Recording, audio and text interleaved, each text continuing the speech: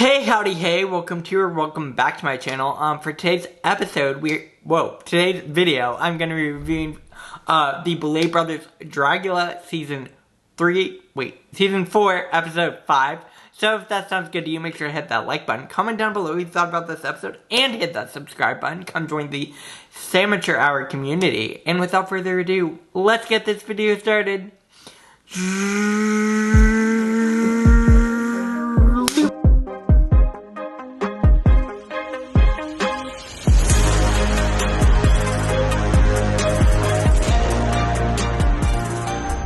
Alright, so for today's episode, the monsters had to put together a look inspired by a gothic ghost ship glamour look and lip sync and choreograph their own performance to the Boulet Brothers song Wicked Love.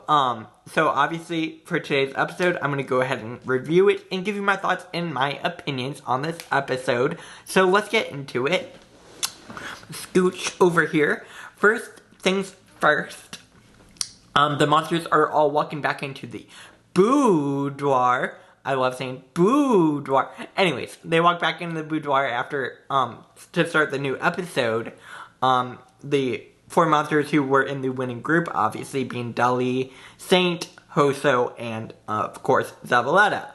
And they're all talking and finding a bunch of Fangora magazines and talking about that.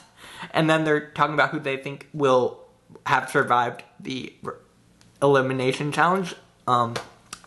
Everyone is pretty sure that Mary is the one who would have been eliminated, but there are a few people who are like, maybe Sigourney, because Sigourney was the team leader, but at the same time I'm kind of like, that doesn't make sense to me. Anyways, first monster back in is going to be Jade Jolie.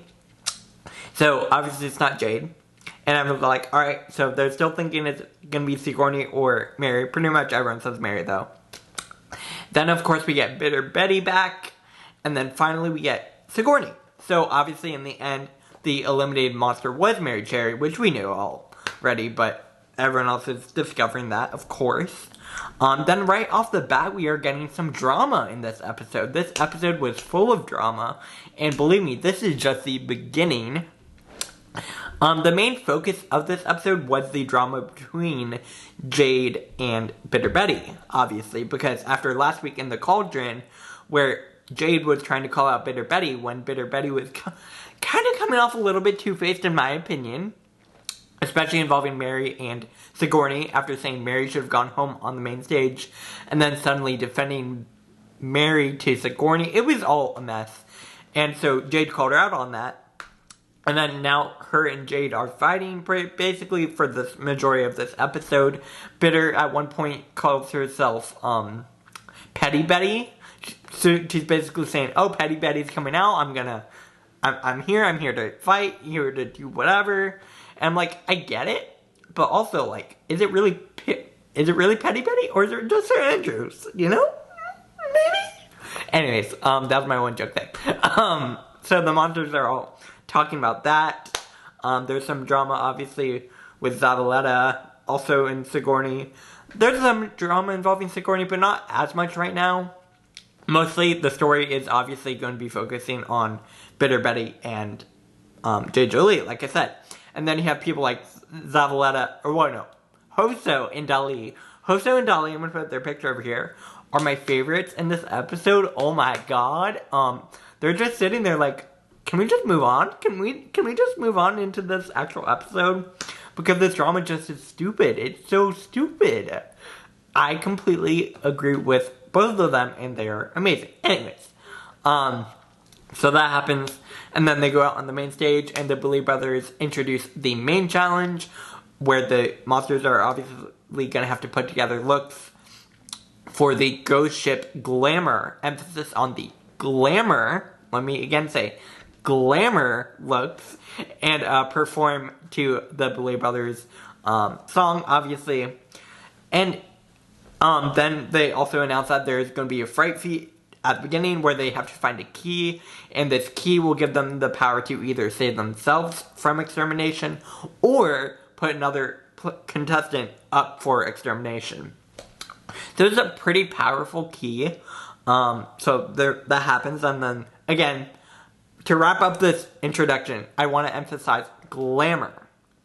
Glamour. I'm talking to you, Zavaleta. Glamour.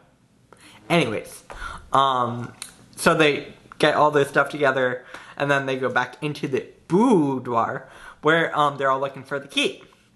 And it takes them about 10 minutes.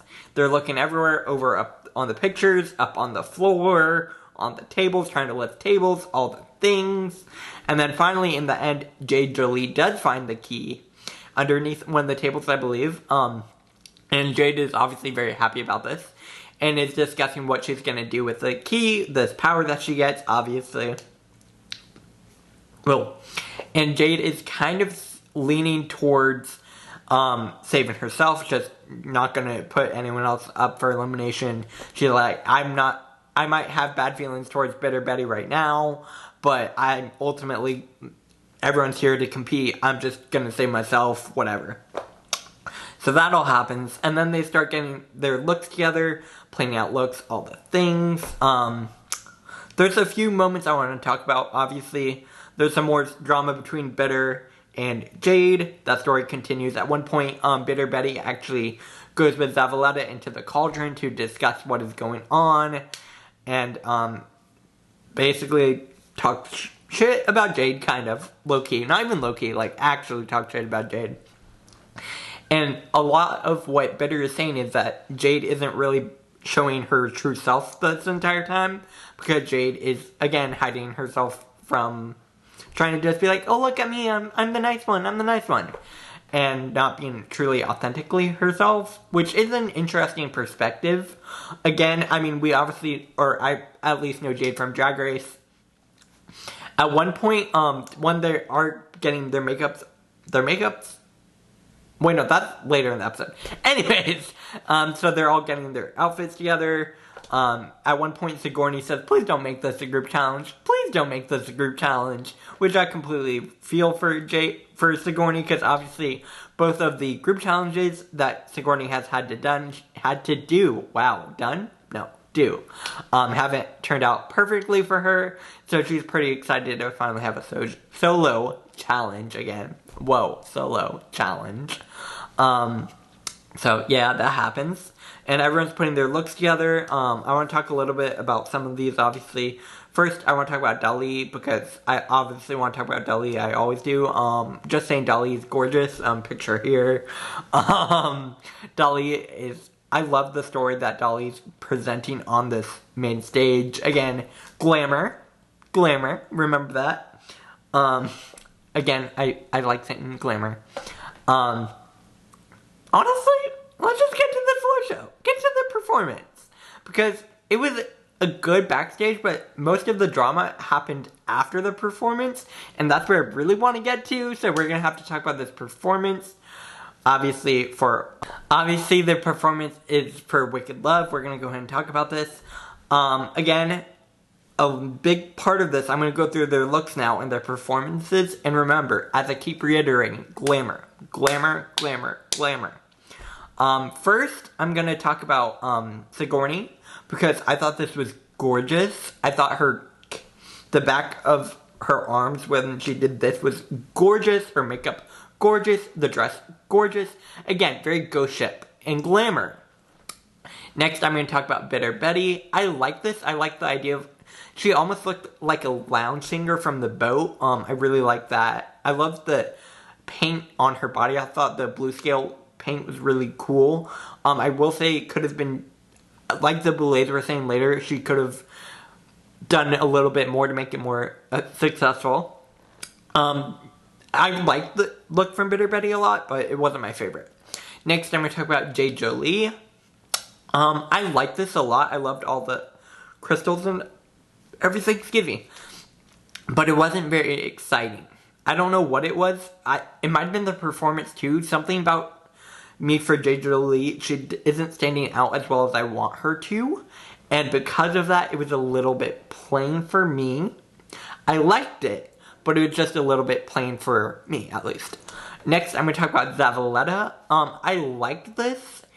Again, I don't understand why Zavaleta was coming for Sigourney later when Zavaleta's look was also pretty basic. if we're being honest. I liked it. I liked the wig and I liked the dress. Again, just a little bit simple for me. Next, I'm going to talk about Saint. I love this. I love the hat. I love the crystals everywhere. The shoes were okay, but the garment itself was really, really well put together. I loved how at one point Saint was saying how the Boulets referred to her as a fashion queen this season, and Saint was just like, I just like shapes. And I'm like, yes, I love you, Saint. Please, please, please. I love Saint. Yeah. Then I'm going to talk about Dali. Dali, this was so good and such a different look from what we've been getting from Dali this season. Like, Dali's showing versatility, and that is what I am loving for Dali. Like, so well put together. This was gorgeous, and also just the character was so well constructed. The performance, every single aspect was so well done. Love Dali. Then, of course, we have Hoso. Hoso, I really like this. I really, really, really like this. I love the makeup. I love the garment. I love that Hoso kept saying that how glamorous they felt in this garment. And that to me was just something that was so cool. And I love that Hoso is being so authentically themselves and sticking to their guts, sticking to their guns, and really doing what they want to do on the show. And that's just so amazing to me. Like, I love Hoso. And that does bring me to the end of the looks. Overall, I thought the looks were really, really good. For me, the weakest looks were probably going to be Zavaleta, Jade, and Bitter Betty. Those were probably my three weakest, just because I liked them, but they weren't my favorites. Again, I wanted them to be pushed a little bit more. My personal favorites this week, obviously, are going to be, honestly, Saint and Dali, because both of those looks were amazing. They were so well put together. Really, really great job. When it comes to the judges this week, obviously, we have the editor of Fangora, which was awesome to see. And then also, we have the Hodor from Game of Thrones. I love getting to see Hodor on Dragula. I think that's awesome. And I think Hodor was, I forget the real name. I'm just going to refer to them as Hodor. I thought Hodor was probably the best guest judge. We heard a lot from them. Whereas the other guest judge we didn't hear as much from. And I don't know if that was the way they edited the show. I'm not sure what that was. But hey. Anyways. So now we get to the judging. And it's announced, obviously, that Jade has the key. So ask Jade, what is she going to do with the key? And Jade decides to put a Bitter Betty up for elimination. Extermination. Which means also that changes up the order apparently, because I think they were going to put Jade in the bottom.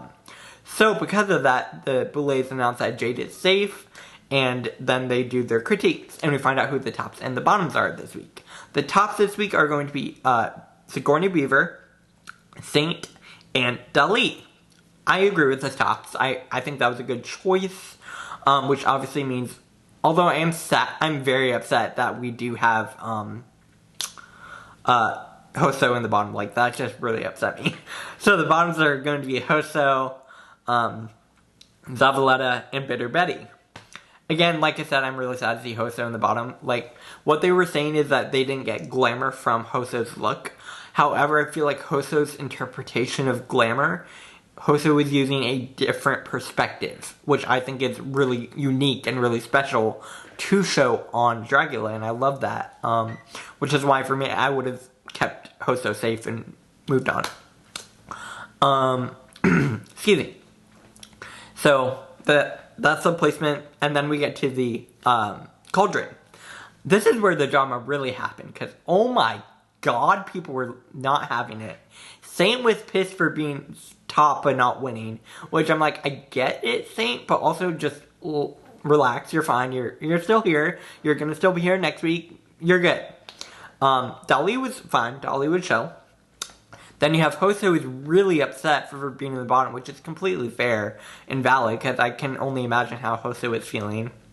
And then you get Zavaleta, who is Zavaleta and Bitter, who are basically ganging up on Sigourney, even though Sigourney won, and they're like, this is basic, you're basic, this is what we used to do, we move past it. And I'm just like, y'all are being real judgmental for being in the bottom. Being in the bottom. Remember that. You're in the bottom. Anyways. Then you get a fight between Jade and Zavaleta, where they're both just mimicking each other back to back and forth. It just keeps going. Saint's upset. Dully is fine. Sigourney's trying to be happy that she won, and then everyone's like upset at her apparently, which is just ridiculous. And then Bitter, obviously, Jade, yeah. It was a big drama mess in the back, and I honestly lived. I lived for it. It was so much fun to watch. But I can only imagine what it'd be like actually in that situation, because it's such high pressure. So that was chaos. Then we get to the actual extermination challenge, where the 3 monsters are going to have to do a photo shoot at the beach. I'm pretty sure this was the same beach they used in season 1. With obviously Frankie Doom, Vander, and Meatball. I think those were the 3. Oh wait, and Melissa B. Fierce was there too. It was an okay extermination challenge. I'm just a little bit confused on it as well. When we've seen some really great extermination challenges, I feel like this one was a little bit more tame, which again, not a bad thing. Just my own perspective on that. So they do the photo shoot. I'm gonna put a picture over there. And then obviously in the end, the monster who did end up leaving is going to be Bitter Betty. It makes sense. I agree with Bitter Betty going home. I'm glad it wasn't Hoso. I would have been really, really upset if it was Hoso. So I'm fine with Bitter going home. I'm sad to see her go, but also like, her time was coming up. I didn't see her making it to the top at that point. It happens, you know. But that does bring the end of my review. Obviously, this episode was chaos, and I loved it. I love this episode. I love Dragula. I love all things Dragula. I can't wait for next week. Obviously, I don't know what's going to happen next week, but we will wait and see. Yeah, that does bring the end of my review. Yeah. Let me know what you thought of this episode down below. Make sure to like this video if you liked it. Follow me on social media, Twitter at SandwichHour, Instagram at SandwichHour, and TikTok at SandwichHour. And obviously YouTube at SandwichHour. Make sure to like this video, comment, share, hit that subscribe button, come join the SandwichHour community. And I will be back here tomorrow with another video. Bye guys!